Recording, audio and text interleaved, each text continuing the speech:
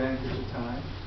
This event is brought to you by your HUD local listing brokers here in the Reno area, working together to give you some good information. We have Jason Ashton. Hello. Curry Jameson. Dan McCreary. Terry Rasner. Hi.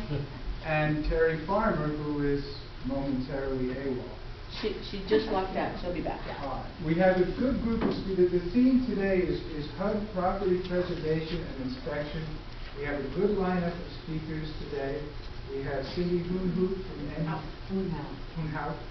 from Nevada Property Preservation, Paul Lanning from A to Z Inspections, George Wolf from NEV-CAL Home Inspections, and George Anderson from Valley Pest, who is probably walking in the door as we speak.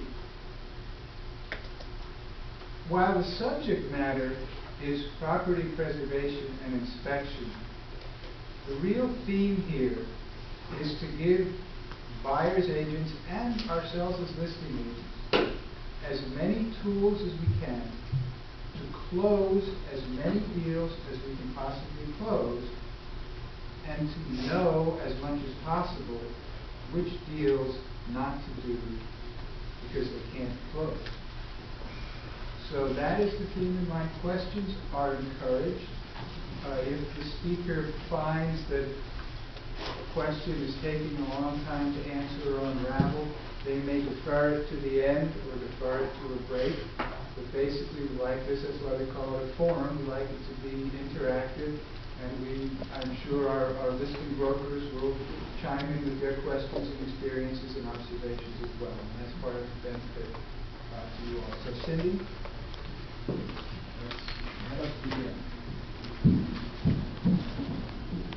Okay, as Paul mentioned, Can I make one? Sure. We get started. I did vet this program with people who are higher on the authority chain than we are as local listing brokers. And one concern that they did want me to relay to you is that while we are very privileged to have the speakers here that we do, that there are certain chains of command or chains of authority that need to be observed. So Cindy, while she's here, is going to be answering questions. She's not going to give you contact information. She's not going to be expecting you to contact her with respect to any type of property question. Those questions, those concerns on individual transactions will still need to go through the same channels and chains of authority as they would otherwise. And we hope that you would honor that so that we can continue to bring you programs such as this. okay, as Paul mentioned, I'm Cindy Hoonhout, Nevada Property Rehab Specialists. We basically do rehab and securing foreclosed properties for bank clients and for HUD contractors. Property preservation is my topic. And property preservation is essentially to protect and preserve vacant properties. It's not, to keep them safe, but clean, safe, secure, and sanitary. Those are the buzzwords for HUD. They don't necessarily fix cosmetic issues. They are only concerned that it is clean, safe, secure, and sanitary. We're currently in the M&M 3 Management and Marketing Program that was adopted about August of 2010. And it centralized the activities of marketing and the preservation under one central agency or one central mortgage compliance manager. The mortgage compliance manager is the point of contact for all of the activities that happen with HUD properties. Currently that's MCB, Michelson, Connors, and Google. And there are several activities that are compiled under this, but field service manager and asset manager are the topics that affect us most. And there's a field service manager, there's two in each region. For the Nevada region, that's PK Management and Ocean Industries. And the asset managers are all corralled under LLB Resources. And then they are subbed out to the listing brokers locally. And this is a map showing how HUD provides the nation.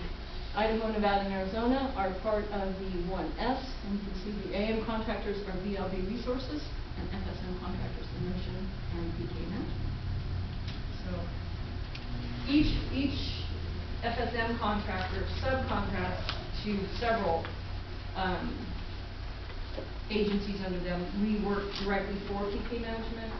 We work through a sub for Ocean.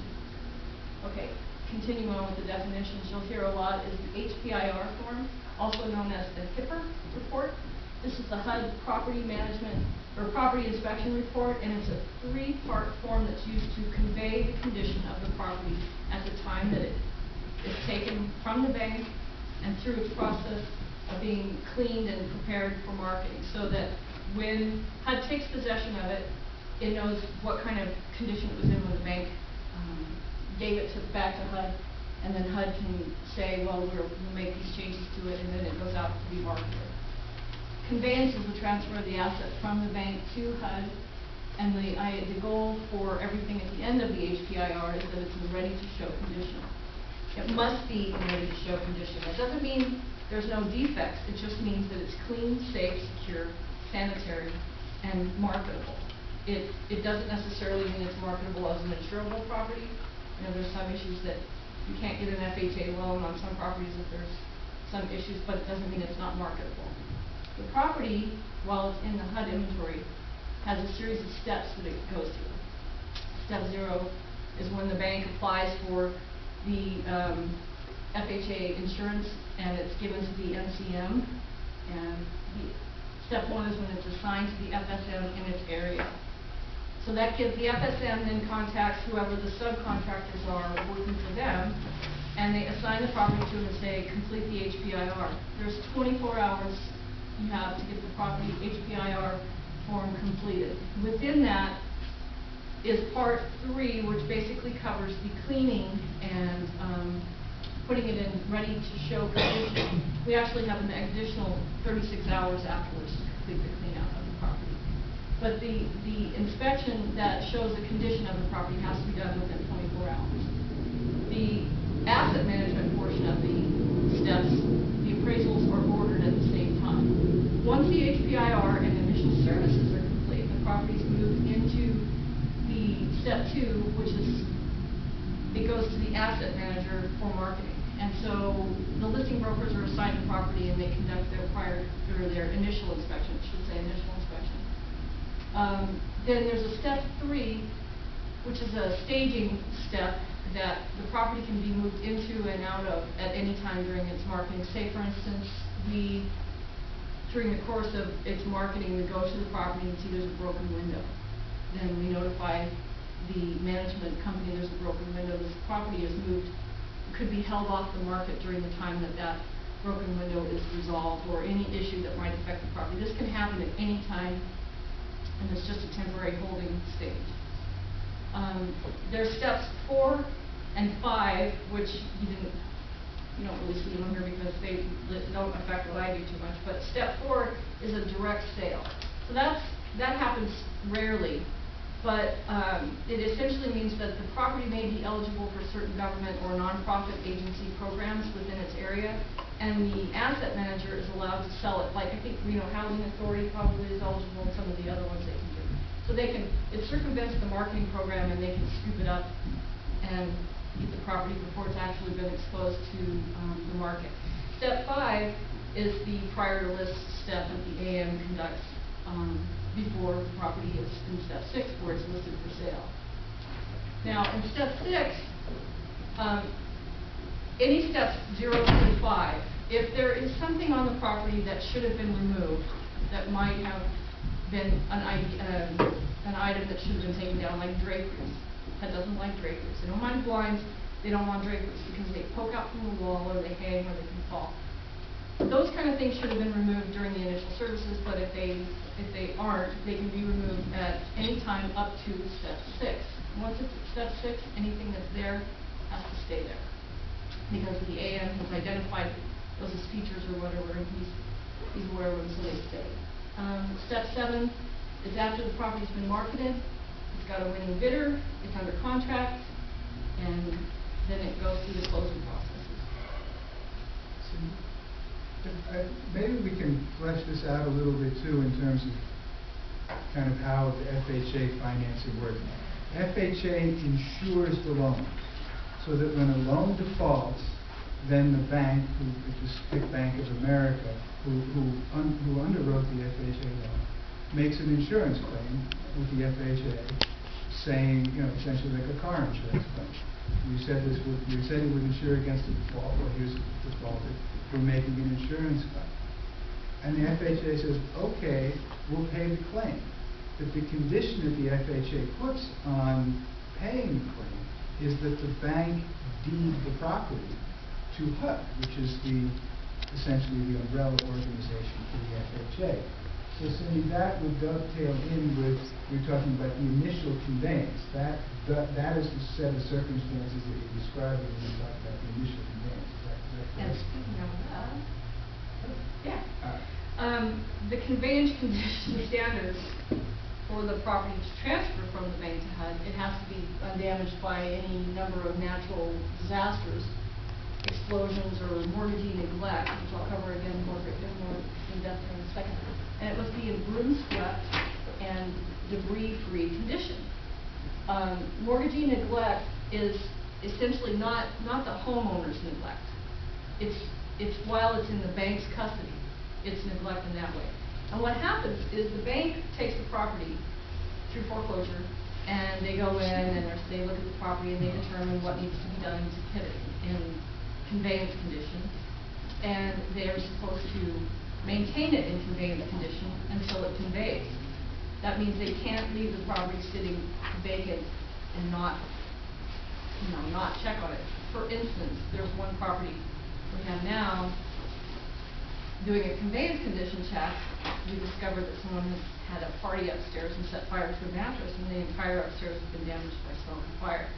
So that would be it would fall under mortgagee neglect, actually, because the sliding glass doors were broken and they've been reported as being broken for the past 3 months and weren't resolved. So the bank has an issue. They're going to have to remedy this before they'll be able to convey that property to HUD, because HUD's not going to take it that way. The vacant property has to be maintained and inspected. The bank has us as contractors. The bank go out once a month. We do a full photo inventory assay of the property and report, is it still in conveyance condition? Is it still winterized? Are the photos still clean? Is it still debris free? Is it still secure? Because they have to train in all that when they surrender the property to HUD. It should be reasonably clean, free of debris, locks changed, it should be secure. Okay. Used to be before M&M3, and I think Curry probably remembers HUD property we used to get, that this was a mild one. They were they could be full of any number of things. What they expect from us now, when the property conveys to HUD, they drew the line and said, okay, we'll take the properties back, but you guys need to clean them up and make them presentable before you give them back to us, because this was a costly endeavor to clean it up. So they expect the banks to deliver more in the condition of the property on the right. Remember, clean, safe, secure, and sanitary. So what happens after the HIPAA and initial services are complete? It's winterized, it's secure, and it's ready to be marketed. So, this is where my son would have come in. He was going to talk to you about the inspection report that's completed. And this is the HPIR again. As I said, we call it the HIPAA report. The contractor comes in and they do the inspection. The initial part of the form lists the address, the HUD number, homeowners association information, contact information, because HUD needs to know how to contact to find out if there are any issues with the homeowners association, and they need to know who the contact is for that. So we have to provide that information. It lists the issues the property may have. On page 1 of the report, it goes through, is there an air conditioner present? Is there a water heater present? Just ticks them off. If they're there, if they're not there. It outlines the systems tests that are used. It looks at the appliances that are present. And it endeavors to take serial number from all the appliances that are there. If they're available, if we can, we write the serial numbers down. So if something comes up missing, they've got some way to track it. I don't know whether that helps much, but it's part of the inspection report. It's important to note this is not a structural inspection. These guys are for. This is a very general inspection, and the issues have to be fairly blatant, and the descriptions are usually very simple. So the part one looks for conditions for conveyance. It looks for damages to the property, holes in the wall, graffiti, all those things that would affect its marketability or its security. And we locate the meters, identify if there's any sewer system present or missing or leaking or unattached, if it's readily available. We're not digging up any holes or anything like that. And it lists the appliances again. If it's in a high vandalism area, if it's identified as a high vandalism area and it has a boarded up window, they are likely to leave that window boarded up and not reglaze. They don't reglaze in high vandalism areas because it's more likely that the window's just going to get broken out again. So if it's not in a high vandalism area, the window's supposed to be reglazed and no board ups. Have the locks been changed, or are they changed to a HUD code? Sometimes they'll show up and it's a random key code and it's not a HUD. There's only a certain number of key codes that HUD accepts. Is there any debris left? Did the bank not completely trash it out, or did the neighbor pitch over all of their garbage from their backyard, which they do a lot? And so it needs to be trashed out. And the condition of the roof. So the contractor, if it's possible, he'll get up on the roof, walk the roof line, look for missing shingles, look for any bowing or swaying. It's not an exhaustive roof inspection. But if he sees an area that has an issue, he takes a photograph, and then when they go into the attic, they look to see if there's any apparent issues like leaks or anything that they can see in there. Has it been winterized? So they check the water heater, they check the toilets, look for winterization stickers. It's still pressurized and re-winterized again, but they check to see if it had been at first. And then they look at the flooring, holes, stains. If it's stained carpet, it stays. If it's, a health and safety issue like animal feces or something like that, it comes out. And lawn maintenance. An important thing with HUD, the landscaping has to be maintained, and any plants that are growing up next to the property have to be trimmed away from the house. And I guess it's a pest thing, but I'm not sure, but they don't want any plant material touching, no trees touching the roof, no shrubs touching the house. So I know sometimes they'll come up on these houses and it'll be half of a shrub will be there. But they have had to cut the part that touches the house away from it to keep any pests from being able to get in through the wood that way. I have a question. Yeah. On the windows, when they're boarded up, if you have a sale on that, is HUD going to fix the window if it's in a high vandalization area, and someone buys that house, and there is some boarded windows because they won't fix them until it's sold? It's my understanding that it's as is. So I guess you can request, but I think it's an as-is thing there. I really don't know unless I get a work order that says go out and reglaze the window. And in a high vandalism area, we had one property that had 7 boarded windows, and that's exactly the way it went. Let me add to that, Cindy. Okay. If a lender requires it, rarely will a lender require it, but if that's the case, you can put a request in. Don't count on it being, just like Cindy said, it's as is. And generally they won't do it. But if it's a condition from your lender, then call one of the listing agents, or one of us listing agents, and we will contact the LB, and they'll do their thing to see if anything can be accomplished. But do not indicate to your buyer that there's any chance you'll be replaced. But we will make the effort. But let us do that. Call the listing agents. Okay, thank you. So back on to, okay, again, as I said, if the property has been winterized, it's still repressurized during the HBIR. Now, I know a lot of you guys, when you have inspection issues that come up, it'll say the property didn't hold pressure, and that's all the information you're going to get. That may be all the information we're able to determine. The property is pressurized through usually through the lines in the laundry room. It has to hold 30 psi for 30 to 45 minutes. And we have to take a photograph when we first pressurize the system, and we take a photograph after.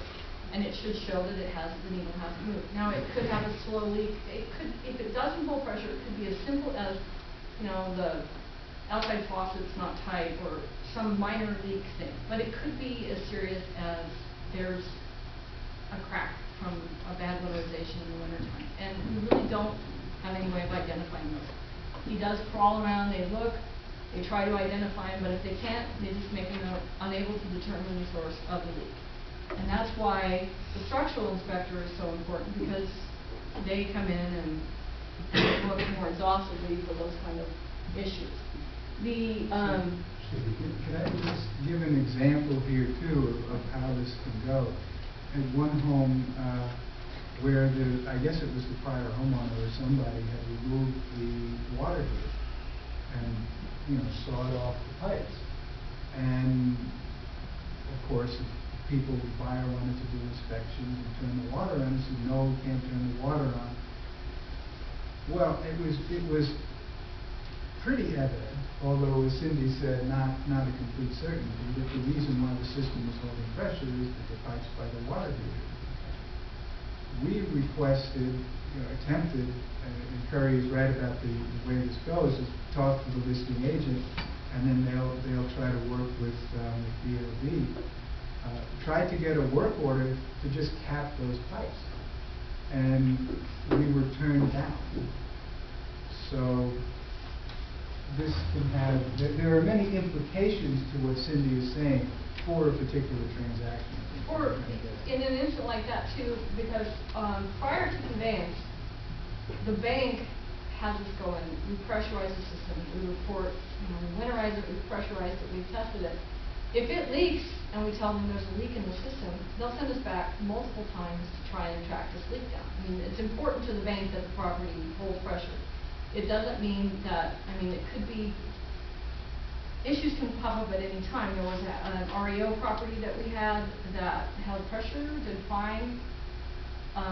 The appraiser came in and had to have the water turned on. And apparently, when the property's winterized, the toilet valves are turned off. So okay, he turned the toilet valve on because he had to see the toilets function. Well, maybe minutes after he left, the toilet valve just leaked water all over. The entire first floor or upstairs of this property was damaged by water.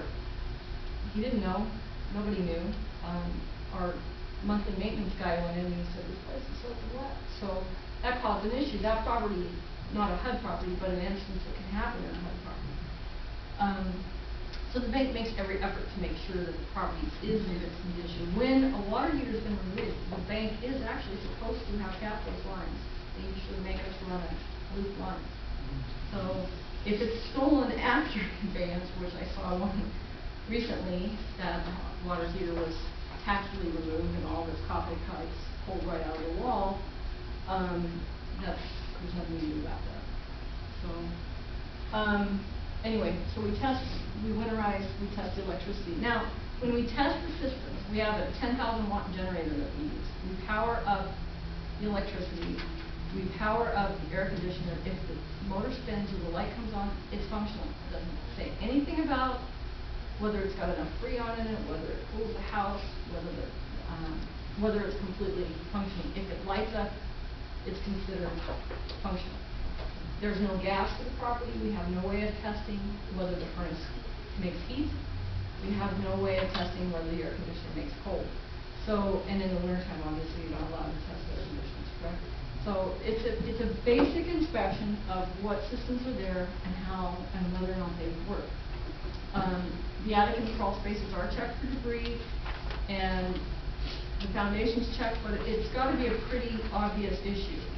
Settlement cracks and some things like that are not necessarily structural issues, but if it's got a gaping crack in it, there was one property out in the valley that was identified as a structural problem, and they took steps to remediate that. This inspection does not require a state license. You're trained by the FSM subcontractors. We have steps that we follow at their instruction, and that's how the report is completed. And it may be the same people, and in our case it usually is, that are in there cleaning it up afterwards. So that's why it's important to instruct your clients that a structural inspection is absolutely essential. After the HIPAA's done and the clean out's done, it begins its journey on to marketing. So the listing broker is assigned and they conduct their initial inspection. And this is not an exhaustive inspection either. It's just basically the condition of the property. And also, the two main FSM contractors, Ocean and PK Management, will do what's called a QC benchmark inspection. So they'll send us out with, we have a tick list that we go through on 100% of the inventory after the HIPAA's been done. We go out and we make sure it's clean, safe, secure, and sanitary. Again, a score of 95% is required. Anything less is a fail. If there's a trip hazard, if the stove's not clean, that's one of my pet peeves, is I'll pull the stove out. If it's not clean, I tell them to send it back, because it's important that the house is clean. Routine inspections start after this point.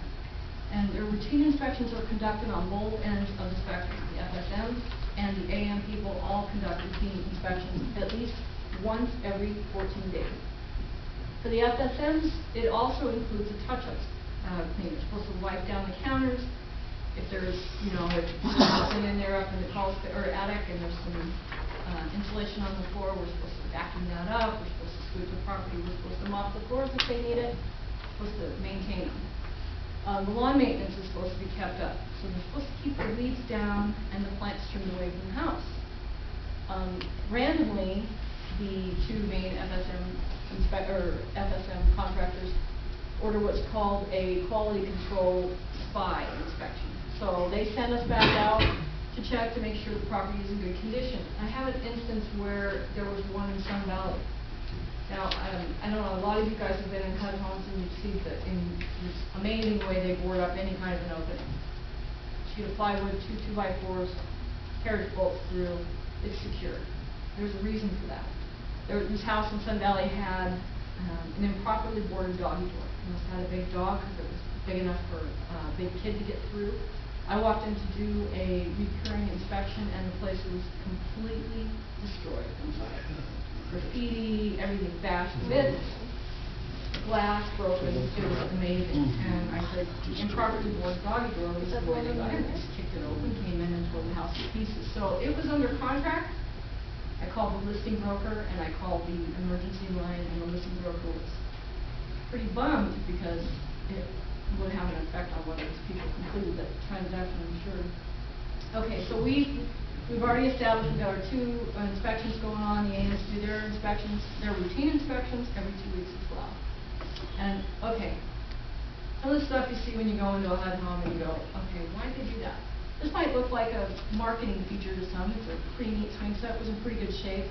This looks like 14 different health and safety issues to HUD.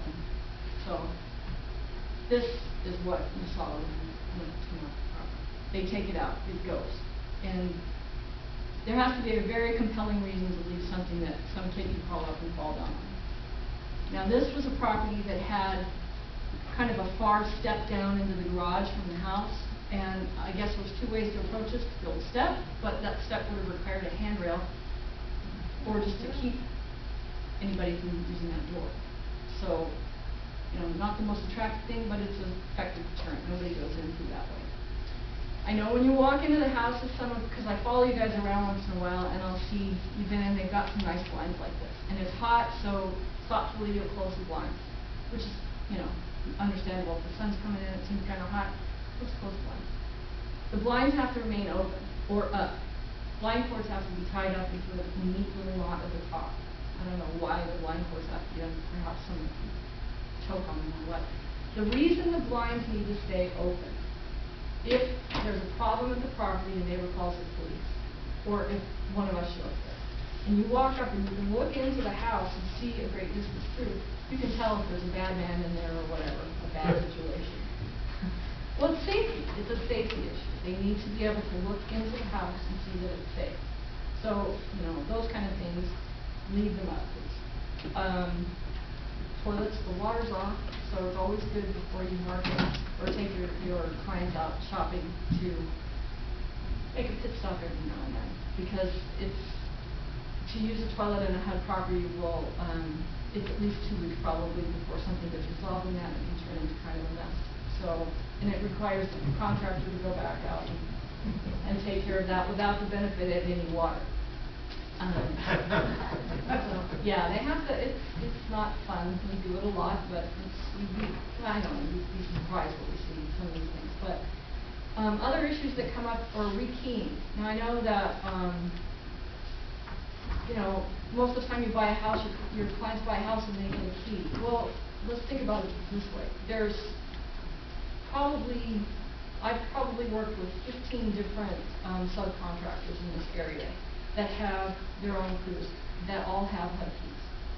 Now, some of those guys are happy guys, some of them are not, some of them drop their keys someplace. There's keys out there.